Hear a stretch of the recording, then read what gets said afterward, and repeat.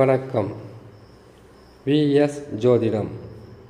இந்த ஜோதிட சேனலில் விருச்சக ராசி 2026 குரு பெயர்ச்சி, ராகு கேது பெயர்ச்சியால் விருச்சக ராசிக்காரர்களான உங்களுக்கு எந்த நிலையில் சர்ப்ப கிரகமும் மிகவும் உயர்ந்த பலன்களை தரக்கூடிய குரு பகவானும் எந்த நிலையில் அமர்ந்து பலன்களை தரப்போகிறார் என்பதை அறிந்து கொள்வதற்காக சொல்லக்கூடியது தான் இந்த பதிவு. விருச்சக ராசி செவ்வாய் பகவானின் ஆதிக்கம் நிறைந்த ராசி. மேச ராசி என்றால் அதுவும் செவ்வாயின் ஒரு ராசிதான். விருச்சக ராசி என்பது வேகமும் விவேகமும் புத்திசாலித்தனமும் நிறைந்த ஒரு ராசி. மேசராசி அப்படி கிடையாது. எதுவாக இருந்தாலும் வேகமாக செயல்படு, வெற்றிக்காக போராடு, அது எந்த எதிர்ப்பாக இருந்தாலும் பரவாயில்லை என்று சொல்வது தான் மேசராசி. விருச்சக ராசி பொறுமையாக செயல்படு, ஒரு மனிதனின் ஆழமும் ஆணிவேரும் தெரியாமல் அவர்களிடம் மோதக்கூடாது, அதனுடைய அஸ்திவாரத்தையே ஆட்டி படைக்கின்ற ஒரு இடத்தில் நின்று கொண்டு தான் அவர்களை வெல்ல வேண்டும் என்கின்ற அறிவாற்றல் அதிகம் நிறைந்த ஒரு ராசி தான் விருச்சக ராசி. விருச்சக ராசிக்காரர்களுக்கு வாழ்க்கையில் பிறந்தது முதல் உங்களுக்கு எத்தனை ஆண்டுகள் ஆனாலும் சரி, மனதில் ஒரு குறை என்பது எப்பொழுதுமே கொடுத்திருப்பார். அது அப்பா அம்மாவாக இருக்கலாம், சொந்த பந்தங்களாக இருக்கலாம், இல்லை படிப்பாக இருக்கலாம், வேலையாக இருக்கலாம், குடும்பமாக இருக்கலாம், பிள்ளைகளாக இருக்கலாம், நண்பர்களாக இருக்கலாம். இதில் ஏதாவது ஒன்று இது இருந்திருந்தால் நல்லா இருந்திருக்குமே என்று சொல்லக்கூடிய ஒரு குறையை கொடுப்பது தான் விருச்சக ராசி. ஏன் அந்த நிலைன்னு கேட்டிங்கன்னாக்கா, சந்திர பகவான் நீசம் பெறுகின்ற ஒரே ஒரு ராசி விருச்சக ராசி தான். சந்திர பகவானுக்கும் செவ்வாய் பகவானுக்கும் அவர்களுக்கு இருக்கின்ற பகைதான் அதற்கு காரணம்.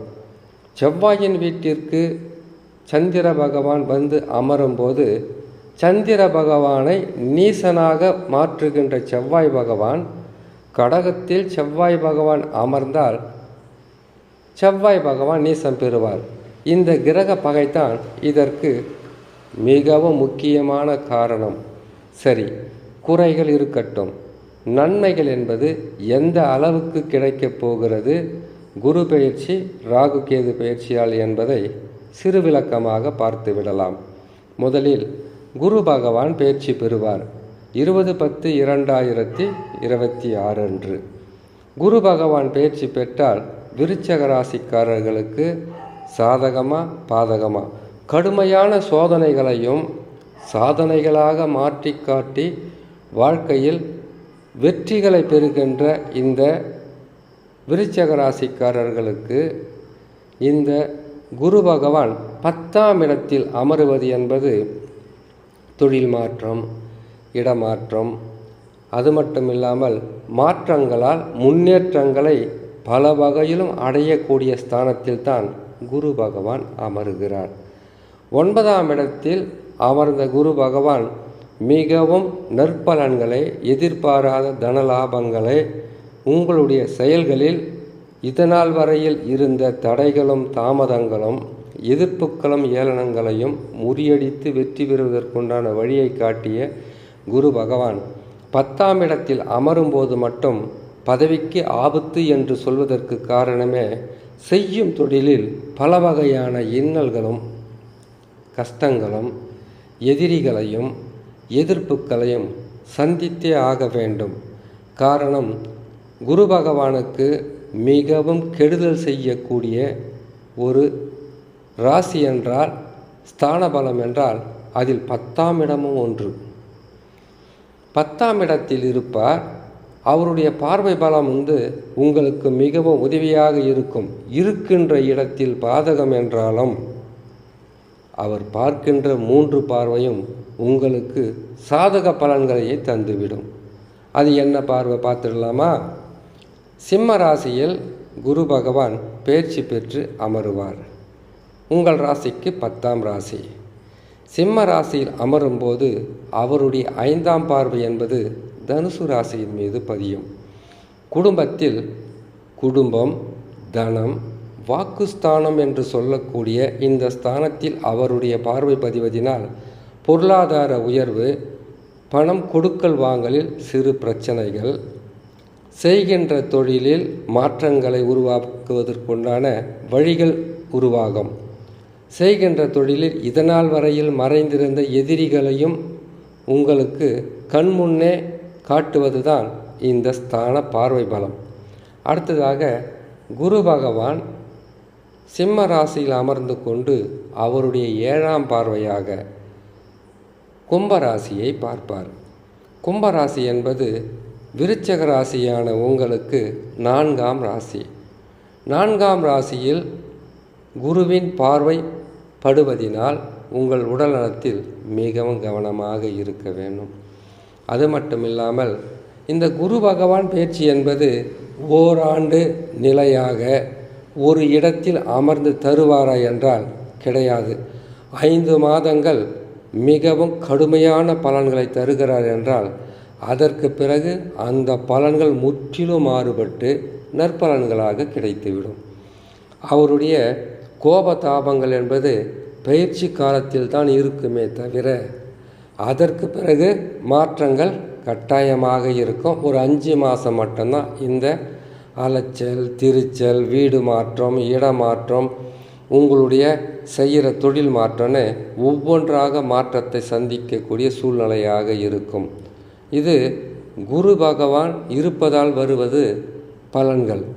ஒருவேளை உங்கள் ஜாதகத்தில் தசா மிகவும் சிறப்பாக இருந்து விட்டால், நல்ல தசாவாக இருந்துட்டால் பெருசாக தொல்லைகளெல்லாம் இருக்காது.